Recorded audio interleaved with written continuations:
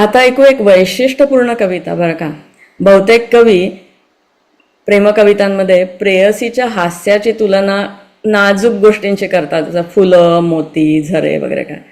पण नेरुदांनी ज्या प्रतिमा वापरल्या त्या आता बघा. अभिवाचक आहेत प्रदीप टिपणीस, इंग्लिश कविता वाचतील, आणि वीणा देव वाचतील मराठी कविता.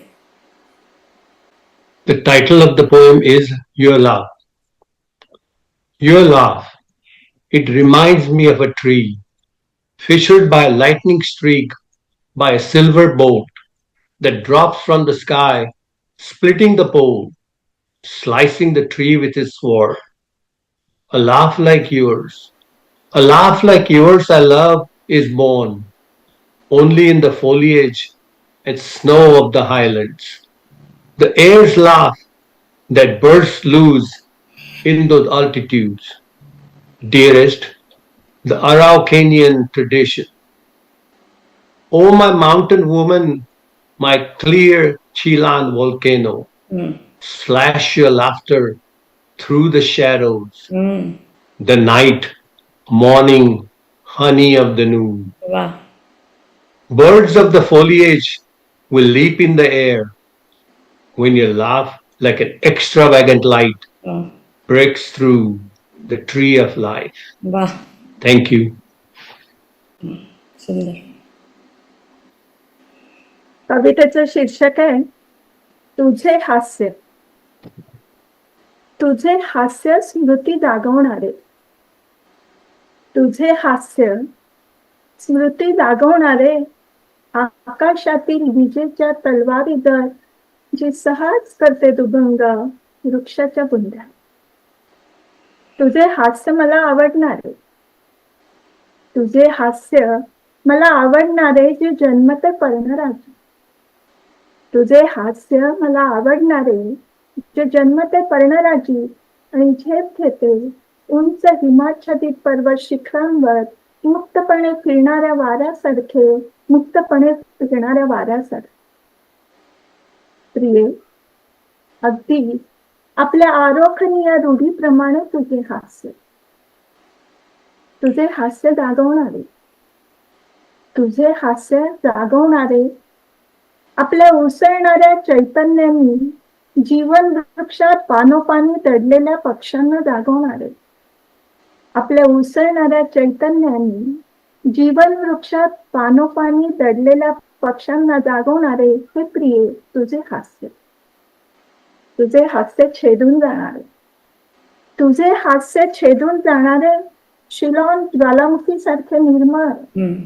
तुझे हास्य छेदून जाणारे शिलॉन ज्वालामुखी सारखे निर्मळ. उषा, निशा, मधाळ माध्यान्ह आणि मृत्यूच्या सावल्यांना सुद्धा छेदून जाणारे हे पर्वतकन्ये तुझे हास्य. हे पर्वतकन्ये तुझे हास्य. वा वा. फार सुंदर. जोरदार कविता. थँक्यू. हा कविता संग्रह म्हणजे 100 love sonnets by Pablo Neruda. मी काही आठवडे त्यातील कविता रोज वाचत असे आणि मला असं वाटायचं की ते पुस्तक नसून ती मोगऱ्याची फुलंच आहेत. आणि हळूहळू त्याची बकुळ फुलं होत आहेत. म्हणजे ही फुलं सुकत नाही आहेत, तर त्यांचा सुगंध अमीट आहे. नेरुदाने केवळ प्रेमकविताच लिहिल्या नाहीत, तर कांटो जनरल हे त्याचं महाकाव्य आहे. त्याच्या 300 कविता आहेत. तर त्यांनी हे महाकाव्य जे लिहिलं आहे त्याच्यात संपूर्ण लॅटिन अमेरिकन खंडाचा इतिहास, भूगोल, संघर्ष आणि भवितव्य याचे सविस्तर वर्णन केलेले आहे.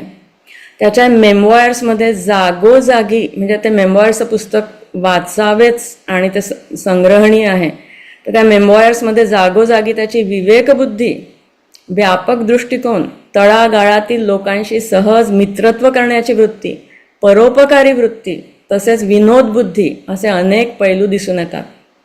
त्याच्या मेमोयर्समध्ये एक प्रसंग लिहिला आहे, तो वाचताना नेरुदा स्वतः हसतोय असंही वाटतं आणि आपल्यालाही हसू येतं. तर तो प्रसंग असा आहे की तो स्पेनमध्ये असताना त्याला एक मिगेल हर्नांडिस नावाचा तरुण कवी भेटतो. तर हा मिगेल हर्नांडिस जो असतो तो कसा दिसतो याविषयी नेरुदानी फार मजेदार दिलंय, पण त्याच्यात जिव्हाळा पण दिसतो, त्यांनी नुसती थट्टा केलेली नाही. तर त्यांनी लिहिलंय की मिगेलचा चेहरा मातीच्या ढेकळासारखा होता आणि त्या जमिनीतून नुकत्याच खणून काढलेल्या बटाट्याप्रमाणे ताजेपणा होता. बरं, या मिगेलजवळ एक फुटकी कवडी सुद्धा नसते आणि तो नेरुदाकडे येऊन राहत असतो.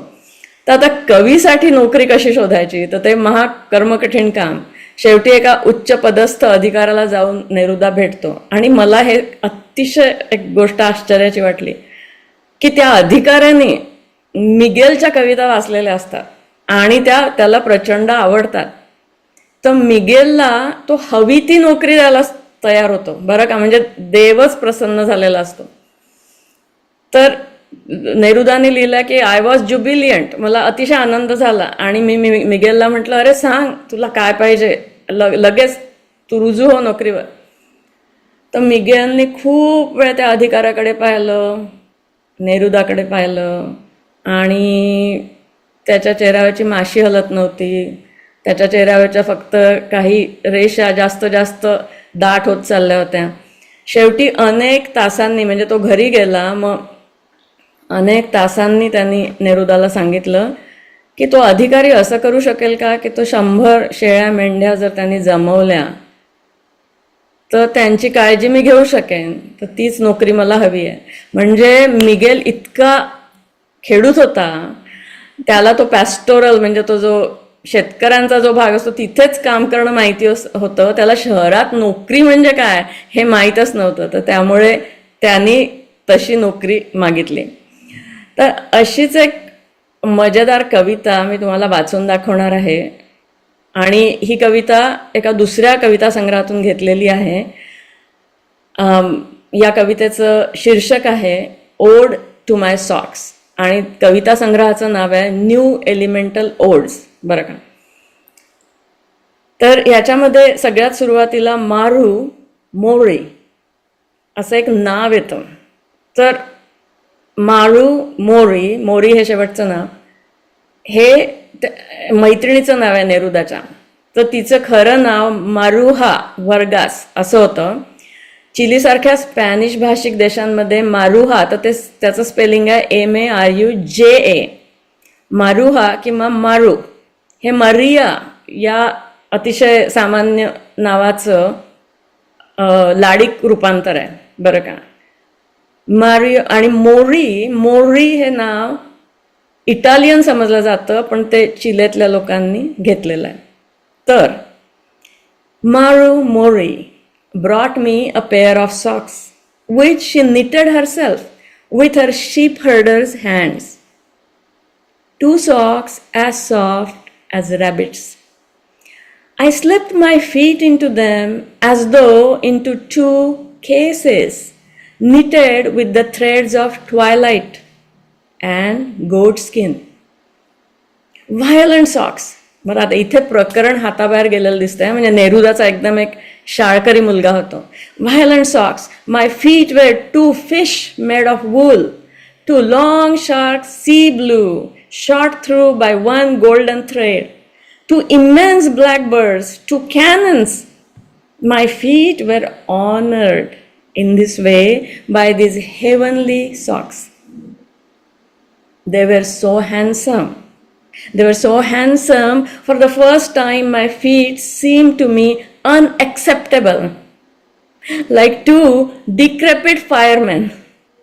नेरुदालाच लिहितात असं, like 2 decrepit firemen unworthy of that woven fire of those glowing socks. Nevertheless, I resisted the sharp temptation to save them somewhere. As बघा प्रतिमा कशी वापरली, to save them somewhere as schoolboys keep fireflies, as learned men collect sacred texts. I resisted the mad impulse to put them into a golden cage and each day give them bird seed and pieces of pink melon.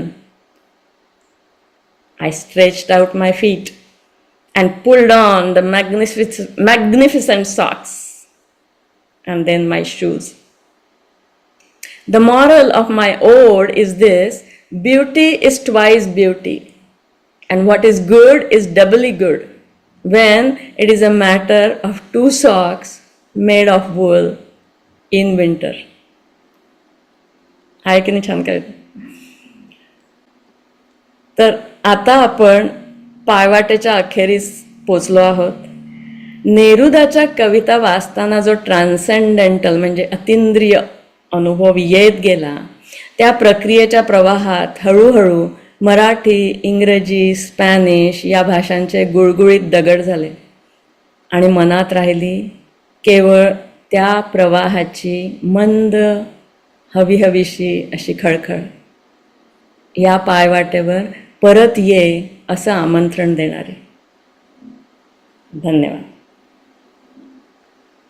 कलाकारांपैकी doctor वीणा देव यांनी जी कविता वाचली त्यावर त्यांना भाष्य करायचं आहे, तर मी त्यांना विनंती करेन की त्यांनी ते वाचावं. मी वाचलेल्या कवितेचं शीर्षक होतं तुझे हास्य. साधारणतः आपण बघतो की कवी कल्पनेत प्रेयसीच्या हास्याचं प्रस्तुतीकरण अत्यंत नाजूक असतं, मधाळ असतं. पण ही कविता म्हणजे प्रेयसीच्या हास्याचं वास्तव चित्रण आहे. मुक्तछंदातली कविता आहे ही. एका ओळीत कवींनी म्हटलंय की आपल्या उसळणाऱ्या चैतन्याने जीवन वृक्षात पानोपानी दडलेल्या पक्ष्यांना हे हास्य जागवतं. म्हणजे काय, तर मला जो अभिप्रेत अर्थ झाला मी सांगते. म्हणजे जीवन वृक्षातल्या या अनेक असंख्य अगणित जीवांना स्वतःतल्या चैतन्याची म्हणजे मी कोण, कोहम, मी कोण पर्यंत नेऊन पोचवतं, जागवतं असं हे हास्य. कवीला तिचं हास्य मुक्त फिरणाऱ्या वाऱ्यासारखं वाटतं. म्हणजे कुठल्याही विकारांनी न लपेटलेलं असं ते हास्य, परंतु तरीही मनाचं वेध घेणारं, विचार करायला लावणारं. या हास्यात इतकी ताकद आहे की सकाळ, संध्याकाळ, दुपारची मधाळ दुपार फक्त यांच्यातल्या सौंदर्याचीच ते प्रतीक नाही, तर काळ पुढे सरकत जाताना क्षणोक्षणी मृत्यूच्या सावलीचं देखील भय बाळगणाऱ्या जीवाचं हे भय छेदून काढणारं असं तिचं हास्य आहे असं कवीला वाटतं. आणि म्हणूनच ते पर्वतकन्येचं हास्य आहे, उत्कृष्ट साधक बनलेल्या पार्वतीचं हास्य. धन्यवाद. छान. कवितेची पायवाट हा अक्षय भाषा संस्थेतर्फे केला गेलेला एक काव्यप्रयोग होता. या प्रयोगाविषयी तुमच्या प्रतिक्रिया जाणून घेण्यास आम्ही उत्सुक आहोत, तर त्या जरूर यूट्यूब कमेंट बॉक्समध्ये लिहाव्यात. झूमवर जे प्रेक्षक उपस्थित राहू शकले त्यांना मनापासून धन्यवाद. यूट्यूबवर जे प्रेक्षक या कार्यक्रमाचा आनंद लुटत आहेत त्यांना पण मनापासून धन्यवाद. नमस्कार.